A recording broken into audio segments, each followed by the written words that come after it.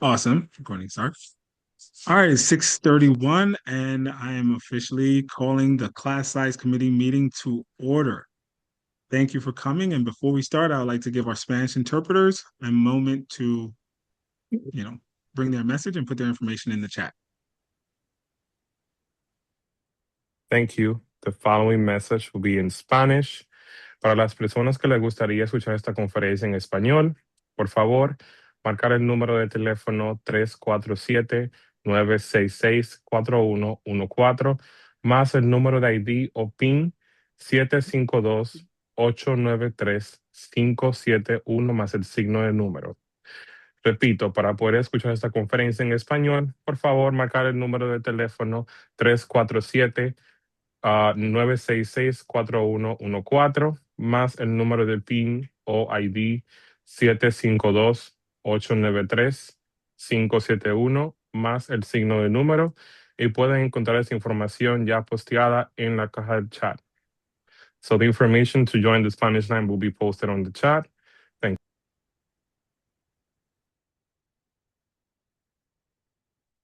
you. Thank you. And so, good evening, everyone. I want to thank you for being here tonight. And before we begin, I want to acknowledge that today is International Holocaust Remembrance Day. And I just like to pause for a minute because we want to remember the lives that were lost and reaffirm our responsibility to stand against hatred and ensure history is never repeated through education, awareness, and action. Take a little pause. Thank you for that. In the climate that we live in now more than ever, we should, support each other and different things because we do not want this to relive again. And getting back into class size, this is just a brief refresher of the class size law. The class size law, it requires cities to reduce the class sizes over multiple years to support better learning conditions and student outcomes. So tonight, we're not going through everything about when it started, how it started, and all that. We want to know where we are now. So tonight is about the updates and where things are in our districts. So this is our first class size committee meeting of the year, but it's not our last class size meeting because we do know that there's certain answers that we're not going to get for another month or two. So we will be having another meeting to address those as they come. So as new information becomes available, we will continue to share. So the chat is open, of course. So we will have question and answers, then we will address them. Just raise your hand or put it in the chat after the presentations today. So just keep it respectful as we always do, be polite. We will just shut it down. And also, thank you for your continued engagement and support for our district, for our community, for our students. And I can't do this alone, so I'd like to just have our class size parent leader co-chair, Simone, to just shout out some greetings as we're about to start. Yeah, I'm grateful that I can continue to be on this committee since this is important work that we need to do. I'm not a CEC member anymore, but I have the opportunity to serve as a public member as the co-chair. So thank you for letting me be on that committee. Thank you for your continued parent leadership. And also, we do have another member of our committee, Vice President Lauren Clavin. She wants to say hi.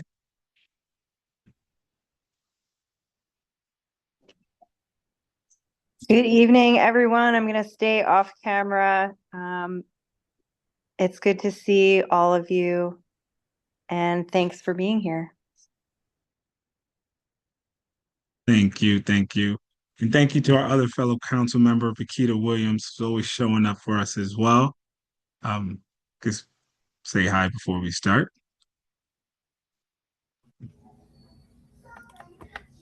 Hello, all. Good evening. Thank you for coming. It's good to see everyone. Simone, thank you. Awesome. So first and foremost, I would like to invite Raj. Raj, you have a long title and I don't want to mess it up, but please introduce yourself, say your title that I don't want to mess up, and thank you for showing up to bring us an update on class size law in our district. Uh, Thank you so much, Quentin. Title. So I'm Raj Rajendra Jimenez Jalal, and I am the District Manager of Operations and Special Projects. Basically, I do whatever Dr. Blake asks me to do, because it's a big district. There's a lot to be done, and Vic is certainly a team member of mine that I lean on a lot to do the work. So one of the items on in my portfolio is actually class size. So I'm just going to go through a couple brief checkpoints and items, and then if anything, I'll do my best to take questions and respond to those questions as best as I can. So in December, the district office worked with all of our school leaders to submit applications, which were submitted in December. We collaborated with our district leaders to submit their application to ensure that staffing and programming and space was adequate. So all of the applications were submitted in a timely manner, and they were completed based on spacing and needs of the school. So again, 100% of the plans were submitted. No leader did not submit a plan. Several of our schools have requested annexes. Now, just be mindful, this round of application, annexes were only allowed to be requested if you had DOE property. So if you do not have DOE property, you really couldn't submit an application and request an annex or an extension. So a couple of our leaders also requested additional assistant principals because if with the increase in staffing and students, they felt that they needed an additional leader. Now we'll see if it's going to be approved. But again, annexes were part of the conversations. Additional leadership support was part of the conversation. As of right now, on the DOE web, excuse me, Info Hub, it says that late February leaders will be informed of the status of their application. So hoping the Department of Ed and New York City Public School actually follows through. If not, they may extend it into mid-March or so. But between the end of February, middle of March, we will have a response, and then I can share with you some of the updates, providing that it's okay to share some of that information. But we will provide an update in status of the applications. District-wide, the goal and the target this year was 60%. I can honestly say that we are going to reach that target and in many cases surpass it because quite a few of our schools are in compliance. So, and that's essentially it right now. Next year, the target is going to be 80%, so the conversation will look very different. We are going to lean into the conversation, I think, at some point more aggressively around annexes, extensions, and I don't know if Catherine Zapata from the Borough President's Office is here, but Vic and I have been having a lot of conversation with the Borough President's Office about potentially building additional schools because with the rezoning plan of his, there is an extensive plan around building residential and commercial structures. However, I think we need a more robust plan around schools. And that's where we are right now. I'm welcome to take any questions and I'll do my best to answer them. But as a district, we are in a very good position around class size compliance. I think, looking into the future, and this is certainly something we all are aware of, and we have messaged this to our partners down at Central, it's going to the middle schools that are very saturated. That's going to be a challenge, but it's not something we're not tackling. Of course, as we all know, Q217 was a public conversation we had about building an annex, and we are having conversations with Central about the space that's next to the school and whether or not we can use it to build an annex. So we're waiting for a response from our partners down at Central office. So I'll take any questions I can. Well, before you even get questions, I want to give our opportunity for Bruce, our UFT rep, man with the plan, to contribute just in case he might answer some of the questions that somebody might have. And then since you two are two updates, then we could have all the questions asked from after you guys present. But thank you, Raj. And Bruce. Good evening, everyone. So yeah, I think Raj pretty much said everything that's going on right now with the class size in District 28. So presently what's happening is the UFT, the Principals Union, CSA, and the DOE are reviewing the class size applications for class size monies that were applied for in December. They started by reviewing the applications that kind of stuck out to them as like kind of had like a flag on them that it didn't appear that the amount of staff that they were asking for matched with the amount of space that the school could possibly have.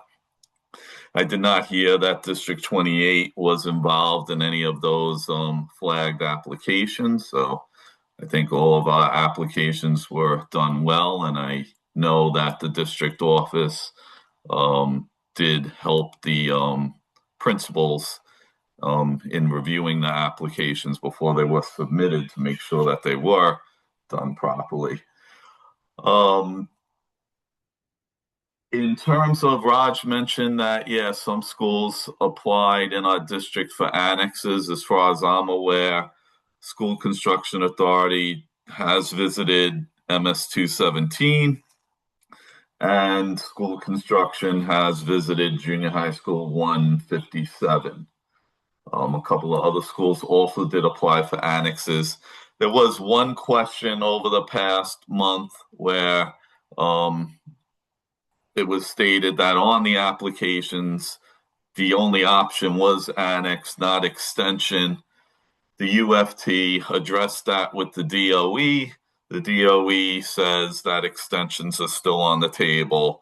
So it's not just that they'll build a separate building somewhere on the property.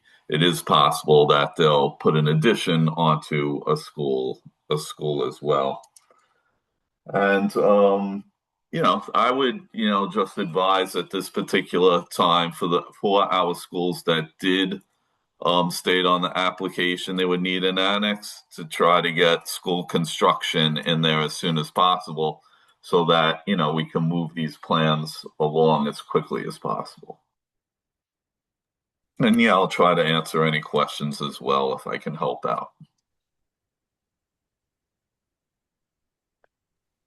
All right, thank you, Bruce, and thank you, Raj. So we do have some questions. I do know that Vic was tackling some questions in the chat, but if anyone has, I see some statements. The SEA takes 5 years to do anything. That's a statement. That's not a question, but that is true. But if you have a question, please raise your hand. I see Daniel Chu, and let's get you. Hi, how are you? I'm on the Community Board 9, and my children go to PS 99. The school actually has already two buildings, one a main building, and they had annex built about 7 years ago. That annex actually has an extension that was built to be part of the school. The developer, we've already visited the site of the developer. The extension actually has an area where they can break through a wall, and you would have an extension to the annex already. I'm trying to see what the process is for them to go ahead and apply for this school to have that extension opened up and be used as part of the school. I can take that. We've been working with Principal Forza for a while now about potentially leasing the space next to the annex. So it's a conversation we're having. As always, the Department of Ed and New York City Public Schools are, it takes time to do some of these things, but we have had conversations about potentially leasing the property. Now, from my understanding, the owner of the property does not want to sell it. It's a lease. Now, I don't know if the Department of Ed or the New York City Public School would be interested in that, but it's a conversation we're having.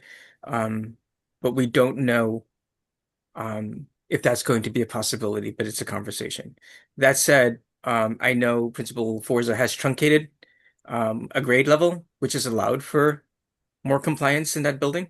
So as of right now, he's at 60% compliance, and above. So I think, to your point, about leasing the space to build and expand the annex that's already on that site, it's a conversation we're having, but we will see where it goes because it's a complicated issue.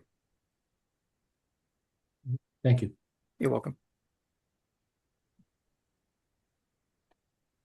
Yeah, if I can add, I think Bruce alluded to 217. Raj and I, and sometimes Bruce, but we have walked all of these buildings multiple times with the SCA, with DSF. And the example I'll give with 217 is, we've identified a space. There is one tree that would prevent a fire truck from coming in if they built in 217. There's a process now to get the Parks Department to remove that tree, and they have so far refused to remove that tree. So those are some of the things we deal with. I wish you could say, like, we've identified that space, let's just go ahead. SCA comes, does an assessment, and we get right to it. These processes it's frustratingly long to get some of these things done that would seem relatively simple and straightforward. But yeah, that's what we deal with sometimes. So, and I think just to the complexity piece, right?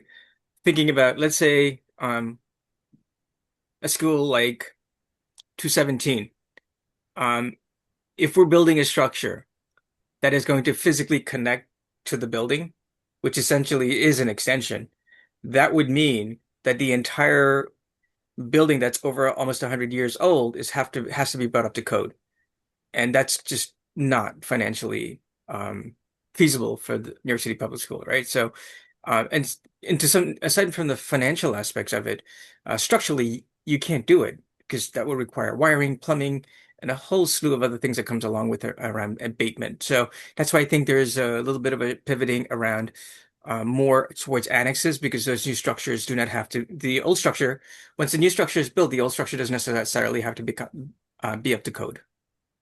Yeah. So it gets very, very complicated when we're thinking about new spaces or redefining current space.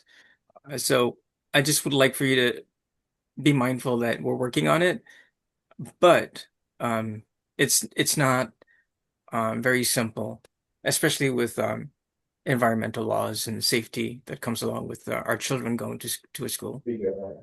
Yeah, and to give you an example of the numbers there, right? With 217, we were thinking if you knock a wall down and add on, I believe the estimates were something around 80 to $100 million. But then to retrofit electricity to bring it up to code with the original building, retrofit the entire fire suppression system, that would be an additional 40 to $60 million, they said. Mm-hmm. And financially, I think it doesn't make sense for them, whoever the politicians are that fund these things. So sometimes they're saying that it's better to just find a new building or just build a complete building off-site. Yeah. But I think the last conversation that was had at 217 was not to attach something to 217, but to place something where the T building is, a separate building that would have everything in it that the students needed. Yes, but we need that tree. That tree is an issue, right? Yeah, There's a large tree there, and they need 30 feet for fire trucks to get in and out. Yeah. So But now they I have think- to go through the Parks Department to try and see what the resolution is with that large tree. Yeah. And to make it even more complicated, Bruce and folks that are on the call, the children that are in that T building, the T building is going to have to be moved or dismantled. So where do we put the children that are currently in that space? So it becomes extremely complicated. And I know for a fact, if it were my child in that space, I would want to be absolutely certain that the space that they're moving into is appropriate, safe, healthy, accessible, warm, especially this time of the year. So it becomes really challenging. That said, our partners down at Central and New York City Public School have been working with us to come up with a solution. It's just taking taking longer than we anticipated. But when it comes to creating new spaces and especially safe spaces and really thinking about a long-term project that's going to be there for potentially 100 year past, it's going to take a while.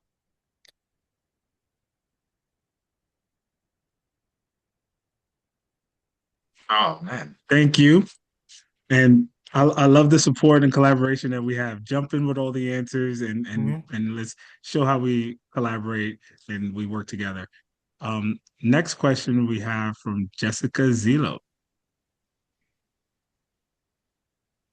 Hi, everyone. It's nice to see everybody again in the new year. My concern, and you sort of mentioned it, is the rezoning with Jamaica and also within Forest Hills and Rego Park. The number of large apartment buildings right now, 1 to 3 story, but I've got a building that's going up to 17 floors and the other one is 16 floors. And now they're talking about the other two corners down Queens Boulevard being 17 floors of apartments, right?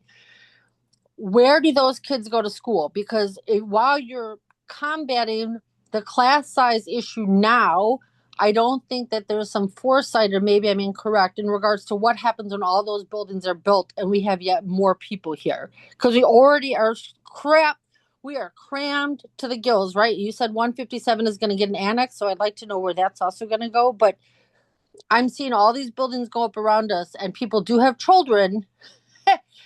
But overall, the district will still just be overcrowded. So just to clarify, Jessica, thank you for the question. We're not committing that 157 is going to get an annex. We're having conversation about potentially having an annex there at some point, if possible. That's going to require a lot of conversations around space and where it's going to be built, what size, and all of the stuff that comes along with it. But all these conversations about annexes and extensions are in their nascent stages. So just please be mindful of that. But the conversation is happening. With regard to the commercial and the space for families, it's a conversation we've had with the borough president to some degree around specifically the Jamaica rezoning plan. But it's a larger question we're having around Cross District 28 overall around how do we ensure that we get to 100% compliance and hold that. But at some point, a school like 190 and 157, which are larger schools on the north side, it may be possible to get to class size with some, maybe 190, depending on what the enrollment looks like. But we know for a fact 157 is oversaturated. We can't reduce there that much. So that may involve a very complicated solution. We know that their admission policy is very complicated, right? And the zoning laws are complicated. So it's going to be a bit of a challenge to come up with a solution for that particular building. But I think the larger question for us, how do we engage our elected officials to move the conversation towards building additional facilities? Because with all due respect, that's something out of our scope. We really can't do very much there. But we have messaged to the borough president's office that there's a need for additional schools. Vic, you wanna add anything? Yeah, I had shared it in a chat that unfortunately we are not part of the planning commission. We don't sit in those committees. So what you're privy to is what we're privy to. And that presents a little bit of a challenge. However, we do have a good relationship with the BP's office. We have messaged to him that that plan is calling for 12,000 new units. You have to assume, I don't know, 80% children coming with those or 60, whatever that percentage is.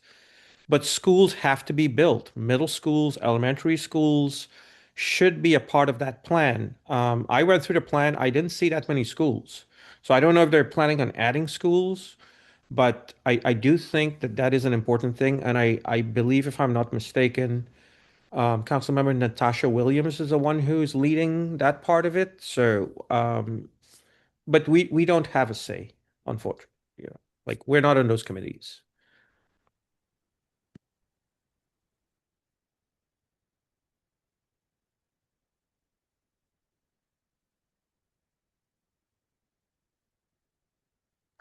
Are you talking to us, Raj? Because You're muted. So sorry. I apologize. I think something for us to be mindful of is the fact that we're talking about elementary and middle schools right now. The high schools are extremely complicated. Forest Hills, Townsend Harris, the north side, right? On our side, you know, Queen Center is moving into the new complex, right? They're going to ask for additional space. I think a larger conversation down the towards as we move forward is that when that school vacates the Queens College campus, right? What's going to be, how's that space going to be utilized, right? So there is some vacancy space there, some vacant space there, but it's for us to really apply some level of pressure for them to give us some kind of response about how that space on Queens College is going to be utilized, right? Can another school move there? Perfect example is 287, right? Which is one of our campuses that's shared with York Early Childhood, right? A conversation we can have with both schools and Office of Space Planning. Could YECA move there, which would allow for 08 and 287 to grow back into that space if it's vacated, right? I'm not asking the school to leave or suggesting that at all. What I'm thinking of is that this is an adaptive challenge, and I'm thinking about if Queens High School of Science is moving out of that campus, there's space there. And YECA is part of your early childhood. Make sense? Kind of see like where I'm going with it? It's a conversation. I don't know if that's possible.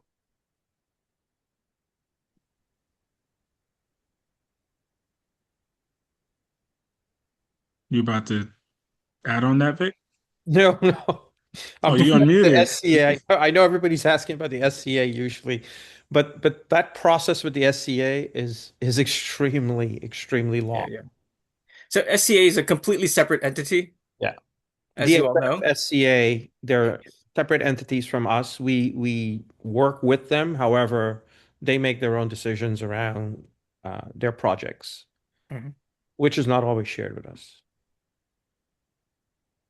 Well, thank you. Knowing this information as parent leaders that we are here, parents, like this helps us because we can go as parents to these elected officials, to these organizations without the same ceiling that you might have to address these concerns. And when we have this ammunition of just knowing what bullet points we can actually bring to our elected officials, it helps us as we grow with our knowledge. So thank you for sharing that with us because that's what you give us ammunition to go. Like Natasha Williams, yeah, I know where her office is. It's something else I can add to the table of addressing when I have a conversation with her, just like, hey, what is her thing? And I like what you mentioned, Rob, about YECA. Yeah, that would be cool, right? YECA would probably have a different experience than Queens High School had in New York because, they're already on the same page. Absolutely, because when you look at it, City College high schools are actually on the campus. Lehman High School is actually on Lehman College campus. So it's something to think about. I It's a don't know if it's conversation. possible. It's a conversation. Absolutely. No problem. And I want to go to our council member who has her hand up, Alicia, our treasurer, not just council member, Alicia Bauer. Thank you, everybody. Such a meaningful and timely conversation. I have a comment and a question. Before Christmas, I talked to the principal of MS 217. It sounded that the tree and relocating students from the T building was no longer a problem. The tree was a problem only if the school gets addition, not an annex, because the decision was to make an annex. The tree is not in the way for the fire department to get through because nothing will be changed from the current way that fire department is getting to the building or would have gotten to the building if anything happened.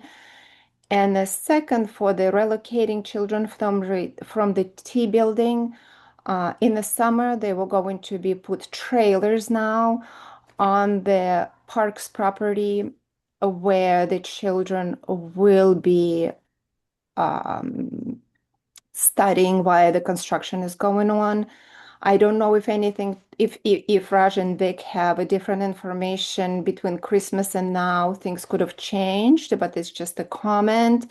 I am meeting with Principal Tuchman on Thursday morning to discuss what has happened over Christmas break because some of the construction not related to annex, but internally in the old building was going on through the Christmas break. She was going to give me updates, but it's just kind of a comment on that.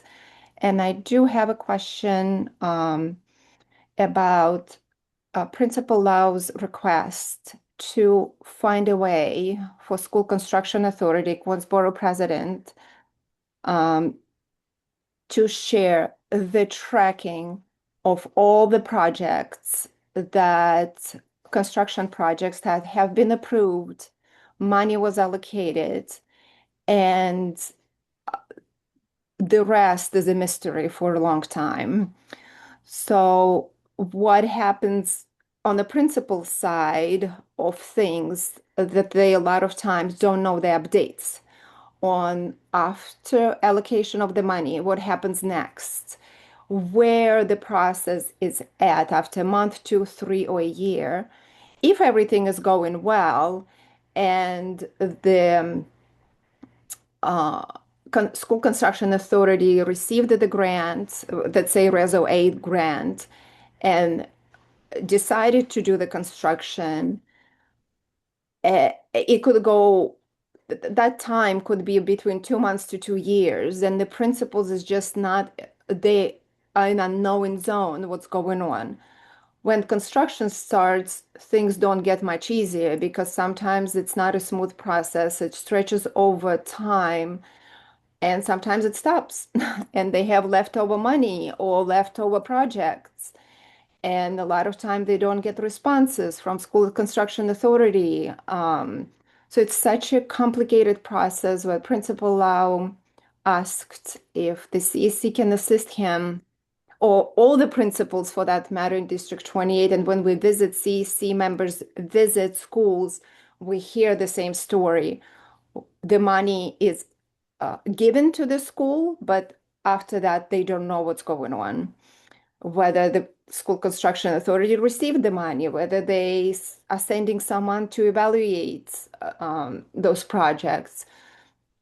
So as you know, I copied Quentin, Raj, and Vic with my emails and efforts to reach out to Queensboro President and Daniel Schaff in School Construction Authority with a question if they can share with us the trackers of those projects so principals can check and see what's going on. I haven't gotten any response back, and my question is it unreasonable ask? Am I reaching out to the wrong people? What should we do along with the principals? Should we ask Bruce to help us out? Do we need to involve more people in helping this process along? Is it again, a utopia's question? I do know, and I do have some data that School Construction Authority makes a public document, but it's not containing timelines of each school's project. It basically says the school has this project and a year of start, but it's just not enough.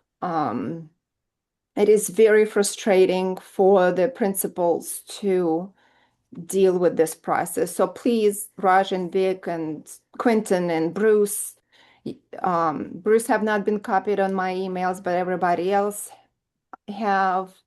Why we're not getting responses? What should I do differently?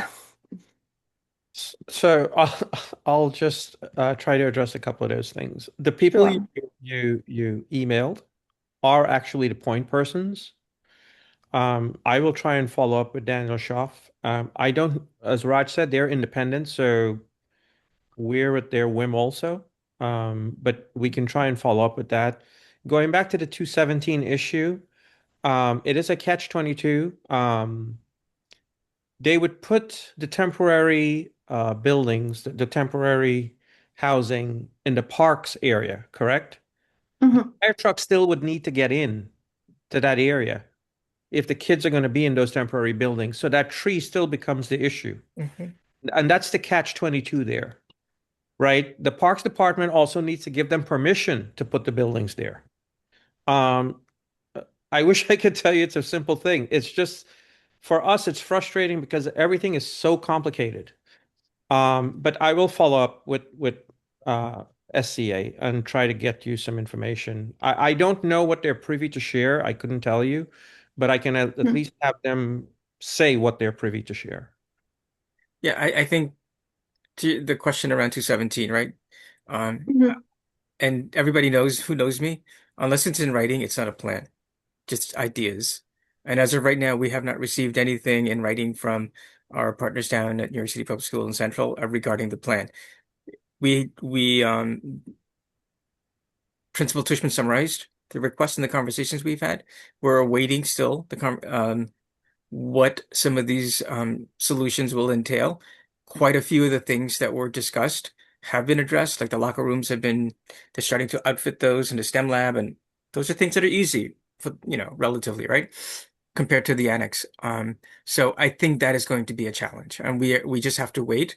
We have re-engaged around a potential outcome for that plan, but we still have to wait. And I think, again, coming back to the complexity of laws, to some degree, it's not, I try to wonder and understand what the barriers are. But with park space, I'm sure there's some complicated laws around just even taking down a tree. My dad had a tree actually fall on his house. He's requested for almost 10 years to have the tree removed, and the Parks Department refused to do it. And a couple storms back, the tree fell in the house. Nobody got injured. But that's how committed this, I think the Parks Department is to maintain an environment that is friendly and green. But I think at the same point in time, we're trying to find a win-win solution, and it's a process. And as Vic said to you about the school construction authority, they're an independent body, but I think some of our principals, and I'm not going to say who or how many of them are which schools they're in, have become very savvy at developing relationships with elected officials so they can track these projects.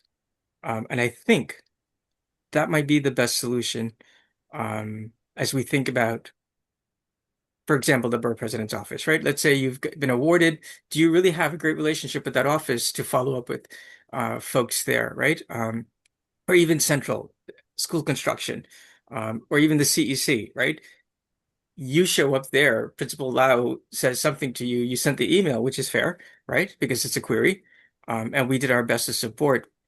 But I think if the borough president's office or Shulman's office or whomever, Adrian Adams' office, who is giving you money, you have to have a relationship with that community to follow up on where the project is going, which company has been awarded the project.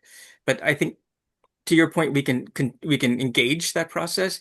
Vic said we don't know how far we're going to get with this, because some of this might be privy to privacy because of companies, private information, also contract biddings and stuff like that. We don't know what the complexities are, but it's a bit of a challenge. But I do think, what I do know is that some of our leaders that are really successful with these projects have amazing relationships with elected officials, especially Shulman.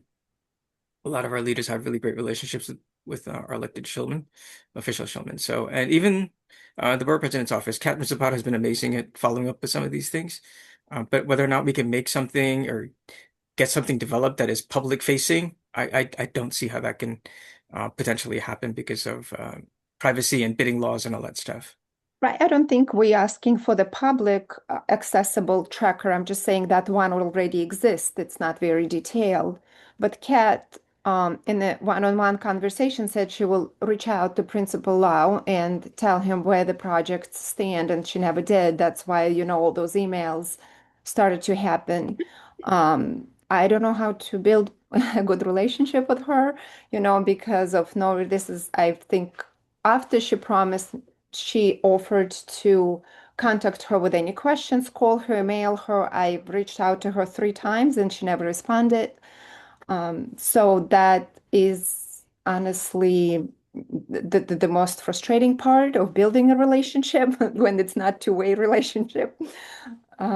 Yes, if you guys can assist, at least connecting kids, but I don't even think I really personally want to participate as long as Kate and Principal Lau able to communicate. I'm good with that, but so Yeah. far that has So not happened. I'm not sure if she's communicated. Vic, do you know if she's communicated with Principal Lau? I I believe, have. yeah, I'll just say that she covers every school in Queens, so it's a lot of schools. Okay. Yeah. But yes, I will follow up again and make sure that that's communicated. Yeah, and again, coming Thank you. back, I think it's a really fair thing. We can ask for a more robust tracking system. But again, and my principal now knows this. Him and I have had conversations, quite a few of our principals, especially when you're looking to um, redefine your physical space and you don't have the funding to do that. You can reach out to different elected officials to get funding for some of these projects, but that's going to be contingent on you as a leader, right? Because I was a principal, I was the same way. I tracked everything. I had everybody's phone number on speed dial, right? My elected officials. I had a relationship. Now, when things just went wrong, I called Kat or Lynn from Adrian Adams's office, who's in charge of education for her office.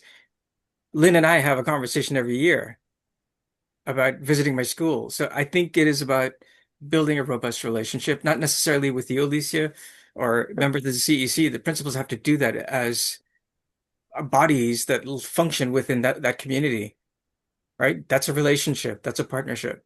And I've messaged that to our leaders, and for the most part, we haven't had any issues. And we will follow up with 287 to make sure things are on track. Yeah, Thank you. I'll add that since I've been in this office with Raj, one of the things we've done, and Simone can probably attest to this with Quentin, we've tried to get everybody more in one space Yeah. and have things be more transparent. Um, I don't believe it was like that before. So one of my goals is to just get everybody in the same space, on the same page, and hopefully we can streamline things and get things working a little bit more efficiently that way. Definitely. Just to add to that, right now I am personally working with SCA and what you call SCA and the district office with you guys as well. We are in the email thread working to get all these stakeholders together to set up a meeting where we can just directly ask these questions and get these concerns addressed. So we're going to address this. Alicia, we see your emails. They are not going unnoticed. I guess everybody's trying to see what is the best way to address those questions. So it's a simple question with the most complex way to answer, and no one wants to give you an answer that's wrong, but it's all based on different entities. So we're gonna bring those entities to the same place so we can ask those questions. And I will definitely, as the dates come, I'll have Dorinda send out a date to all of us to confirm when they're available. Because like Vic kind of mentioned, they're independent. So we kind of got to get on their schedule that works best for us. But as soon as they give us a date that we can meet with all the parties, we'll have Dorinda send us an email that we can all get together and get to that meeting. So just be available. Yeah, It'll I've be been trying soon. to get It'll be this soon. going. Yeah, I've been trying to get this going for the last 6 months, but I think next week we're definitely going to have it done. I just want everybody to be present so that everybody knows what their work streams are, what the flows are, who's responsible for what. Because if we all know that, well, we know to some extent, but if all of you know that, it will help you, right? Where you have to go, who do you have to email? Um, because at the end of the day, we want to make sure our students are safe, well educated, and even things as simple as traveling, right? We have a divided district in terms of size. When we're planning summarizing, we have to take all of those things into consideration. We don't want a child on a bus for half hour, 45 minutes. Um, while keeping in mind that a lot of these schools need to get updates right over the summer. So sometimes people are like, why can't I have the school closest to my child's home? A lot of these, you have to keep in mind, the majority of our schools are over 80, 90 years old. The buildings are old, they need updates. So we have to be mindful of that when we're doing all of these things. Yeah. And to Quentin's point, this is a multifaceted solution. It's not one thing. It's going to require several entry points to come up with a solution, potentially for how we're going to track some of these projects. And you do have a lot of power, and you can help us leverage a lot Yeah. of these things. Absolutely. Thank you, thank you. And I do want to give the co-chair of this committee, who had her hand raised, who is probably getting tired, put that hand down, Simone. Get some rest. No Ask your worries. question. It's a digital hand. It's fine. I just want to say thank you, Alessia, for your advocacy. This is not easy and it's for the long run, but I'm so glad that you're on it and that you're mentioning here, that you're attending the meeting here. Let's work together. Usually, Kat is very responsive, so it is possible that for whatever reason it went through the cracks or she's been busy. But my suggestion is you could also tap into Lauren or Kenya because they have like a direct line, and so they might be able to help you with that. But thank you so much for your advocacy. That is really super helpful. I also want to say thank you to Community Board 9. Daniel, thank you for being here, for asking questions. We will reach out to you because we believe that we are more successful when we're working together with the community boards. And so far, unfortunately, we haven't worked yet with Community Board 9. But we do have a good relationship with 6 and 12, so we will be reaching out to you as well because a lot of the things that you are working on is also relevant for us, and so I think it's good if we get to know each other and share what we're working on and see how we can work together, so we can bring some movement into this. I was wondering, and Jessica, you are part of the committee. So we need you to bring up all of these questions and I mean, I just read like a few days ago that there's another building going on Woodhaven Boulevard. And I was like, where do all these kids go to school? It's insane. And nothing is being planned ahead. Of course, the building it's going to take a couple of years, but to construct a school takes at least double the amount of time than a regular building needs because of how SCA functions. So, but those buildings, to my knowledge, are approved by the community boards. So that is another reason why we have to also work with the community boards. We're like, okay, you're approving those buildings. What can we get from them? Is there any community space, for example, where maybe pre-K could go?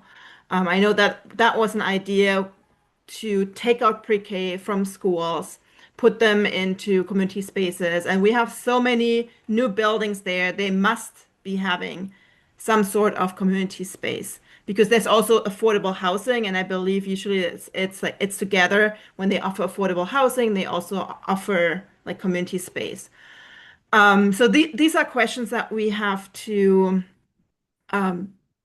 to tackle together as parents, district, and principals. From what I gather is right now two schools where there's some potential, that is 217 and PS 99.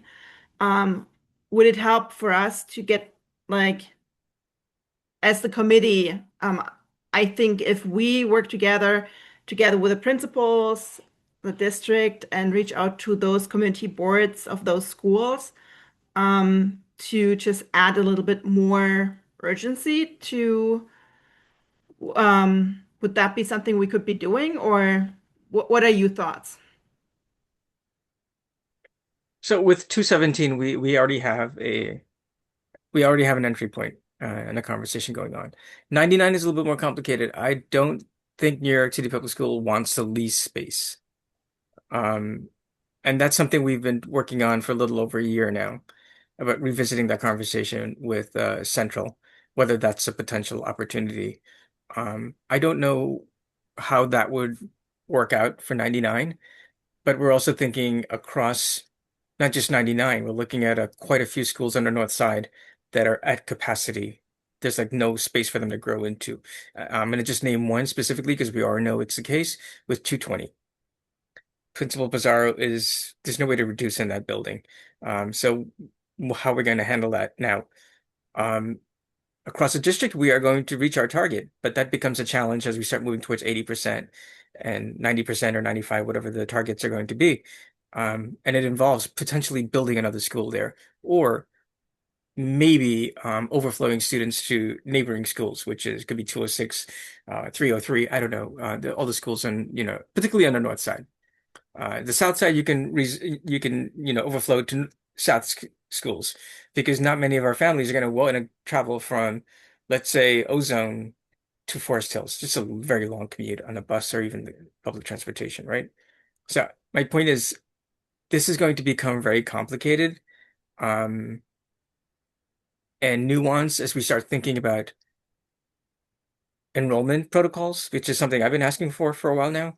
Because without an enrollment protocol, this becomes really complicated, because the school could potentially receive funding to be completely in compliance, but if enrollment is still sending children there legally, we still have to register them, and the cap for classrooms is still 32 and 24, right, for the lower grades. So the cap hasn't changed, even though we're working really hard at reducing. So I think the larger question, as we start moving towards this 80% target, we really need to have a conversation. And I've already had multiple conversations for the last few years around having an enrollment protocol for District 28. And Bruce can chime in on this if he'd like. But I think that's where we start now. We need an enrollment protocol that's going to hold where we are and continue to engage our elected officials around potential spaces to build into. Now, like Vic said, we visited all of our schools. We have an idea of where we could potentially build on DOE property, not public space. So it's a possibility in some cases. And as we have more deeper conversations, we may find that's not a potential space that we could use because of zoning laws or fire. You name the law, and it becomes so much more complicated. Look at the thing the challenges we're having right now with just one tree. So as we get information with this round of application, we will share with you, depending on what's appropriate. But I think, for our larger schools, having conversations about where we can potentially build is probably the next step with a really robust enrollment protocol. Bruce, you want to add anything before our enrollment? I think those are two aspects that we need to be looking at right now. I think we need to look at how many of our schools in District 28 are going to meet 100% based on the space. I think 99 may come pretty close even without having that extra space that Daniel was talking about. That's what I'm hearing right now. So we'll see, how things play out for next school year. But I know, they applied for the monies too for next school year. And Bruce hit it on the head, those are two things we really need to lean into, but I'm more committed to the enrollment process, right? Because let's say, for example, 99 has 5 students that they really can't seat. If we have a new law that says we're going to go with class size compliance numbers, right, as the cap for the grades, and let's say, for example, 196 maybe has 3 seats available, those students could be asked to go there, right? They're all great schools. All of our schools are great schools. So I think the overflow process and the enrollment process might be potential solutions down the line. It shouldn't be the only one. Just like the whole SCA thing, it's a complicated issue. This is also going to be very complicated in terms of like asking families to go to another location, especially if there's a transportation issue, right? So 99 will come pretty close. I know that for a fact. With the truncation, helped a lot. Go ahead, Vic. I'm sorry. Yeah, sorry, we also have to keep in mind it's an ongoing process because we could come to May, June, right? And say we're at X number. And then over the summer, we get 600 kids enrolled. And all of a sudden, it changes the scope again. So we have that part of it, we have no control over. So we could try to accommodate future projections, but our district seems to be growing again, right? Especially with new homes coming in. So we do need space, we need new buildings, and we need all of us working together to try to convince politicians and all of those stakeholders to see the importance, especially on the south side also.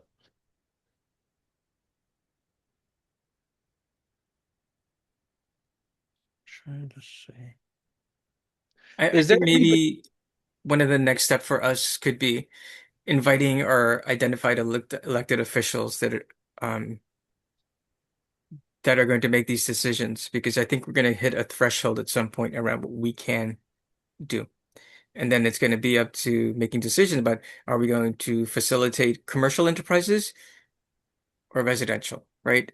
And then if that's the case, where do the schools fit in there? Because with more residential, you're gonna have more families moving in. If you give up more commercial space, right, then you're losing space for to build schools. And I think a perfect example of this is like if you drive down Hillside Avenue, look at all those car dealerships that have been closed down. I'm wondering what's going up there. And I'm using the south side. I just don't talk about, and I don't even view District 28 as north and south. I really don't feel comfortable using those two words. We are one district, right? Very diverse. So looking at what's going on on Hillside and even Queens Boulevard with all these complexes that are going up, this is good. We're leaning into conversations with elected officials now, robust ones. Danielle, can I ask, you're in Community Board 9, correct? Do you sit on any of these rezoning committees?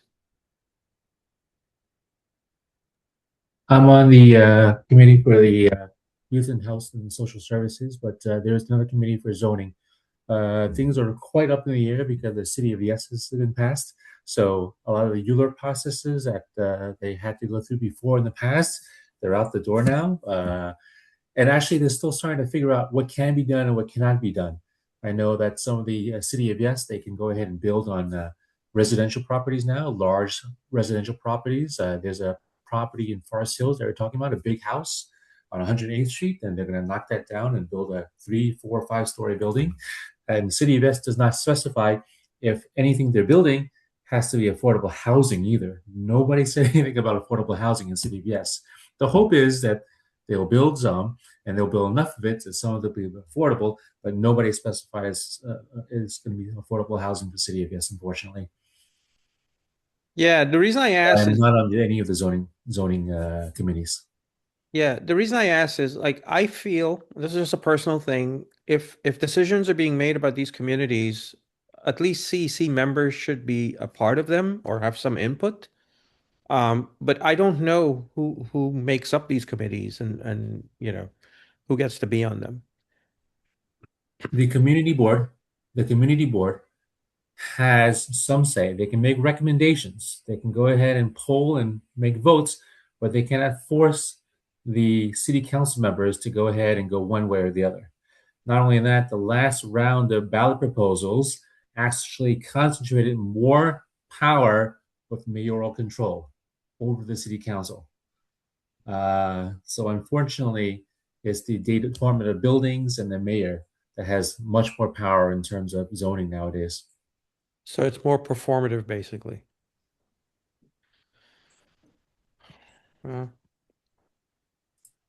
Whatever the guardrails we have to work around, I guess that's what we have to do. Unfortunately. Yes.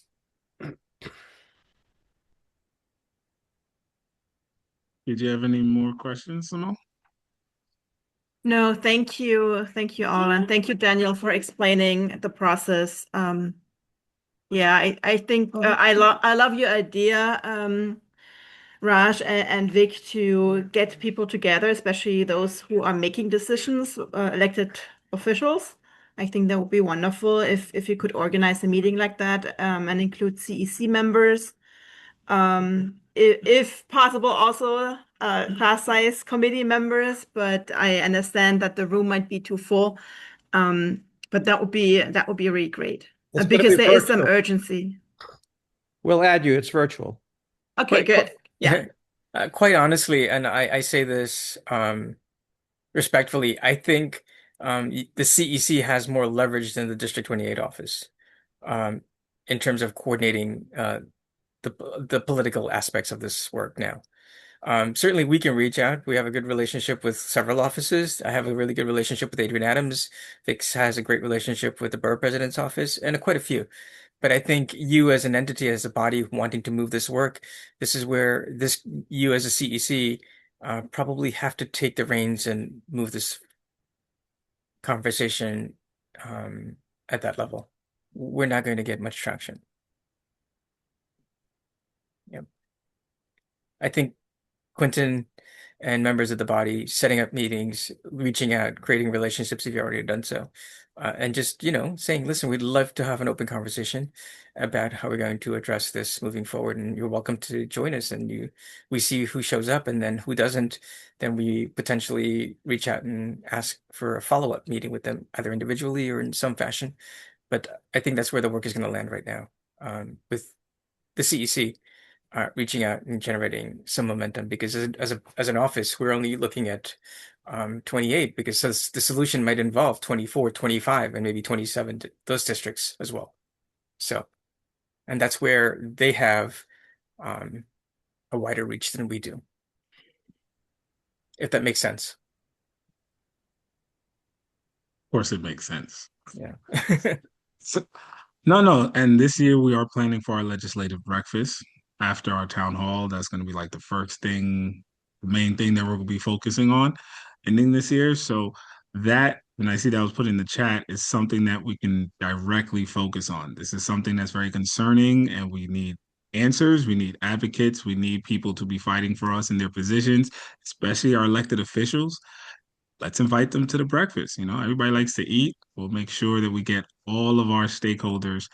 We'll list them down. Let us know if there's anybody else we need to add to our invitation list, but we will invite them all to come, and we could address these direct concerns that are affecting our district. It's our legislative breakfast, so we don't want to hear about nothing else. It's like, keep your other stuff somewhere else. Oh, Yeah, thank you. For your breakfast, you make that a nice portion of your conversation, and you get them to commit to a couple dates and times. Then you hold them to it, right?